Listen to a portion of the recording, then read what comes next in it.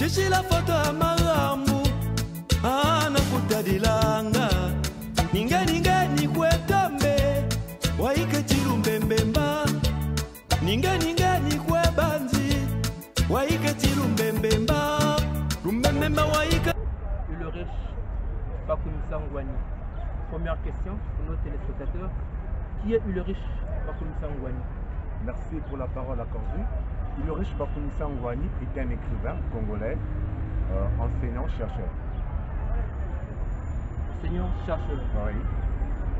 Sur Facebook, vous publiez le plus souvent sur Z Ulrich, qui est, je pense, un surnom. A-t-il une signification particulière? Oui, tout à fait normal. C'est en quelque sorte un remède qui permet de sceller au vent l'air qui tue l'art contemporain. Et le Z, c'est la dernière lettre de l'alphabet. C'est la dernière lettre de l'alphabet français. J'ai choisi cette lettre parce que c'est le dernier degré de l'inspiration. S'il y avait encore une autre lettre dans l'alphabet français, j'allais aussi choisir également cette lettre. Et peut-être que vous avez une autre lettre qu'il faut me proposer afin que je me reconvertisse. C'est à vous de voir. Au dernier degré de l'inspiration. Oh oui. Qu'est-ce que cela veut dire concrètement? En fait, cette lettre a atteint déjà la maturité de l'inspiration. Donc peut-on dire que vous avez atteint un niveau élevé dans l'inspiration. Ah. Oui. Comment je ne suis pas devenu poète?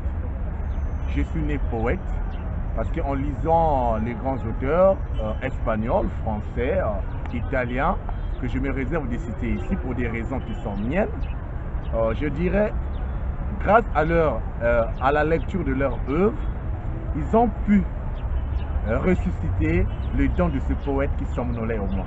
Donc je suis né poète et je ne le suis pas devenu. Ah.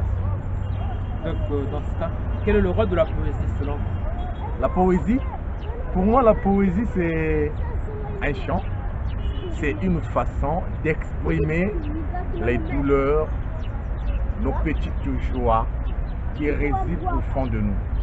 Comme le dirait un auteur, tout ce qui réside au fond du cœur et que les autres ignorent et que ne laissent pas de traces n'existe pas. Et la poésie a ce rôle-là d'exprimer au monde ce chant,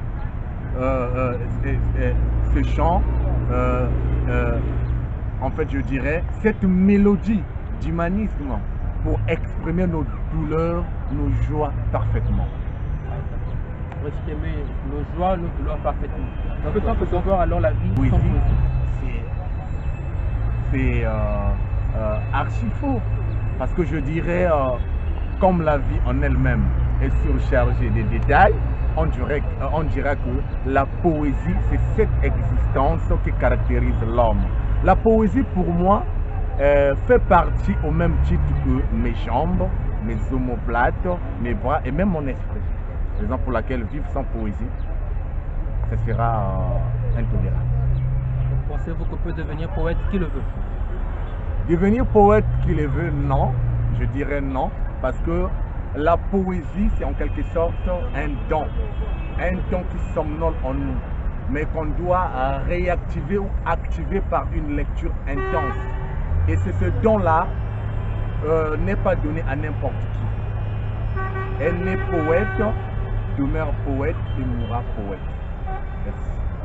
En 2019, vous avez publié 2 recueils aux éditions Renaissance africaine. Pouvez-vous nous les présenter? Oui, les 2 recueils de poèmes, l'un intitulé Vent aux 4 saisons, que j'ai dédié à Bienveillant, mon jumeau, Bienveillante, ma jumelle, qui s'ouvre par l'épigraphe, pour ne pas dire la citation du grand poète français ou grand écrivain français Paul Valéry en ces termes: le vent s'élève, il faut tenter de vivre. Et je suis parti de ce contexte pour élaborer cette poésie. Et dans cette poésie, je ne parlerai pas en termes de poème, de poésie, parce que je ne suis pas dans la versification en tant que telle. Je suis dans une liberté d'inspiration, liberté de créativité. Et dans ce premier recueil, Vent aux 4 saisons, compte 58 poésies qui aborde plusieurs thématiques. Et il se résume à partir de la poésie épiphanique intitulée Vent aux 4 saisons, qui dit: il souffle dans ma vie un vent à la mélodie du bonheur, un vent au feu ardent des chèques, un vent qui illumine ma vie, un vent aux 4 saisons. Et parlant du pas du vent, qui est mon deuxième recueil, je le dédie à ma mère Alphonsine Mankenda, la femme, la meilleure femme qui a pu couvrir la nudité de notre pauvreté dans la croix d'errance. Et le pas de vent ici devient en quelque sorte l'impact que le vent a laissé dans ma vie.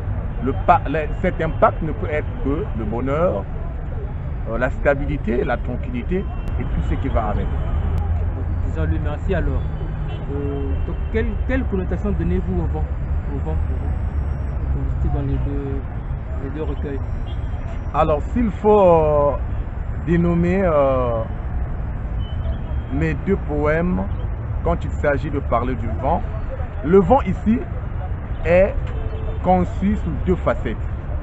D'une part, le vent renvoie, pour ne pas dire connote, la souffrance, le désespoir, l'injustice, la précitocratie et tout ce qui va avec. Et dans un deuxième angle, le vent devient en quelque sorte ce bonheur, cette tranquillité, la stabilité qui impacte ma vie en suscitant en moi l'espoir que demain sera un autre jour et le soleil fleurira de bonheur en ma faveur. Merci. À part ces deux recueils, vous avez aussi écrit pour des textes pour le compte de plusieurs anthologies. Pouvez-vous nous les citer? Oui, j'ai participé à pas mal d'anthologies, ce qui fait un peu une fierté pour ma modeste personne. J'ai participé à l'anthologie intergénérationnelle publiée aux éditions Renaissance africaine en 2019. Anthologie dit à la nuit qu'elle cache son visage, une anthologie multilingue, français et les langues du Congo sous la direction de Lys Kiendou. J'ai également participé à l'anthologie des écrivains congolais du chaos du coronavirus à l'éclosion d'un nouveau monde. J'ai également participé à l'anthologie intitulée Les mots face aux mots à l'ère de la Covid-19. J'ai également participé à l'anthologie de Cordon ombilical aux éditions Kamagold. J'ai également participé à l'anthologie Hommage à un jeune soldat aux éditions Coris au Bénin. J'ai également participé à l'anthologie Les poèmes de cadavres publiés au Cameroun. C'est tout, je crois. C'est tout, je crois. Qu'est-ce qui a motivé votre participation à ces ouvrages collectifs?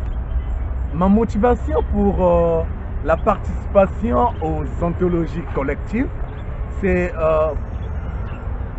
ça peut s'expliquer comme, pour moi, une façon d'élargir la famille littéraire. Une façon pour moi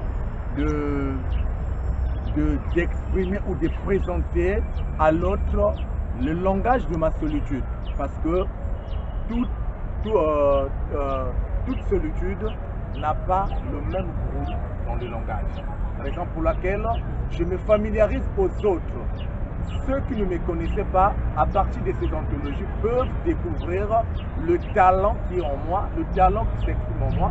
Et par cette occasion également, j'attire l'attention de mes aînés qui peuvent nous venir en aide, quelque part au fin fond de l'univers de la pensée ou de l'inspiration, réside de jeunes talentueux qui devaient en fait réceptionner ou recevoir une aide quelconque pour qu'ils puissent publier leur propre œuvre et gagner également leur fratrie littéraire.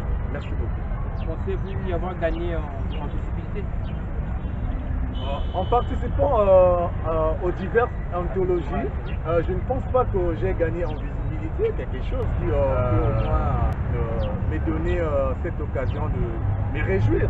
Mais je dirais tout simplement, j'ai gagné en humanisme, c'est-à-dire la part de lumière qui influence actuellement ma vie artistique, c'est-à-dire littéraire. Et ensemble avec eux, main dans la main, nous avons compris que c'est à partir des lettres que nous pouvons sauver le monde qui chavire vers le désespoir. Un mot sur le prix de Plume Évoque organisé par l'Irécoman dans lauréat en 2020. Ah, ce prix Plume Évoque, que je salue à cœur cri d'espoir.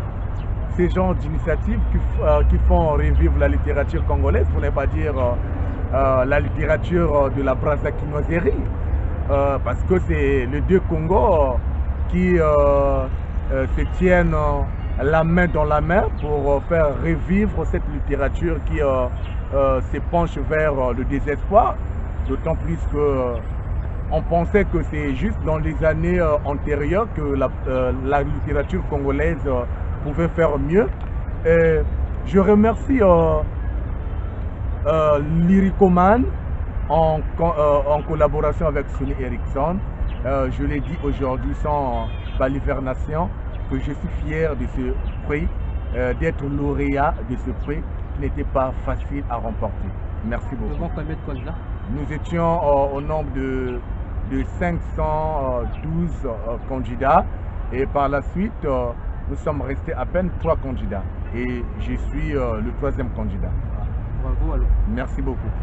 En lisant votre biographie, il est écrit que vous œuvrez pour la promotion, l'émergence de la littérature congolaise en particulier. De quelle façon en fait? Effectivement,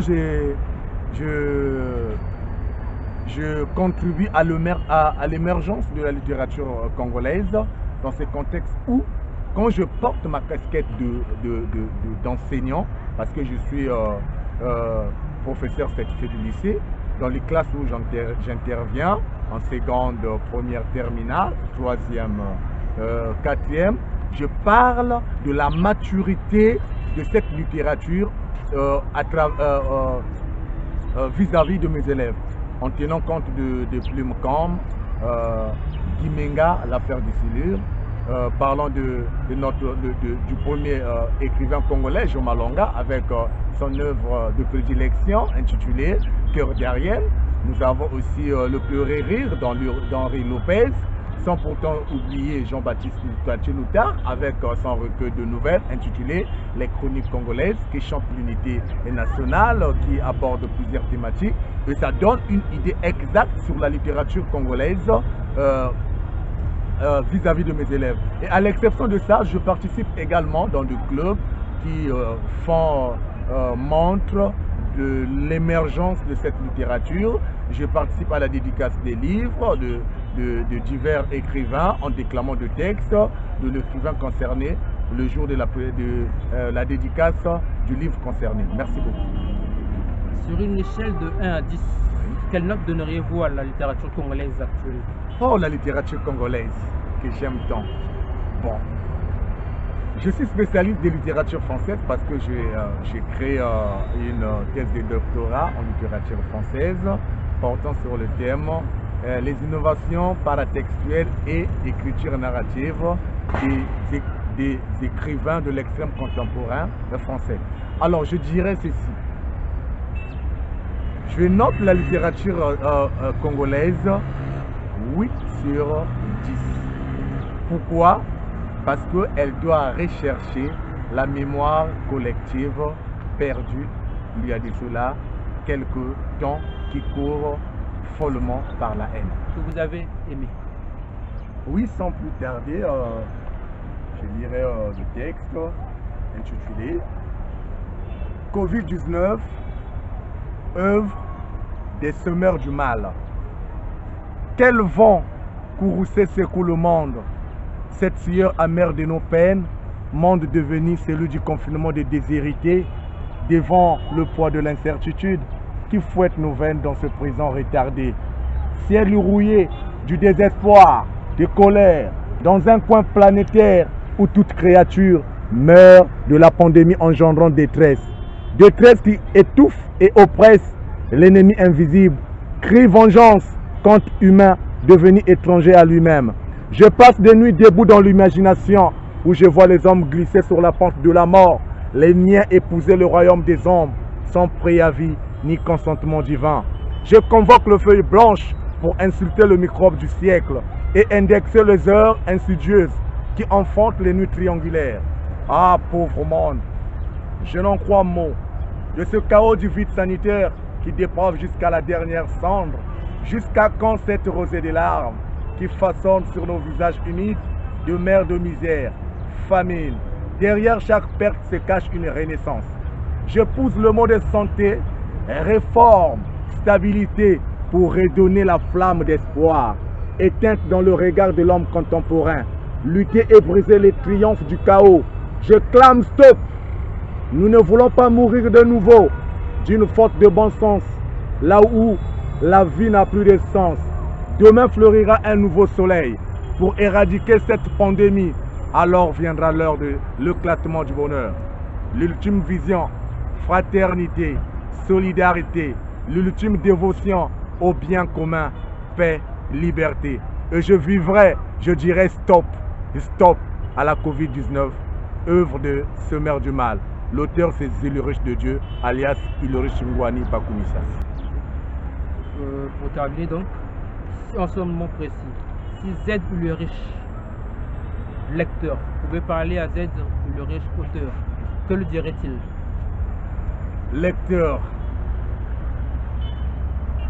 Zilurich de Dieu, parlant à l'auteur Zilurich de Dieu. Il lui dira tout simplement, Zilurich de Dieu étant auteur, ça cet écrivain qui en lui s'achève le tribalisme, qui en lui s'achève le régionalisme, la xénophobie, le désamour, et fourmille l'amour, la fraternité, la solidarité, l'humanisme et tout ce qui va avec. Merci. Merci beaucoup. C'est sur ces mots poète Z Ulrich que nous terminons ce 3e. Voilà.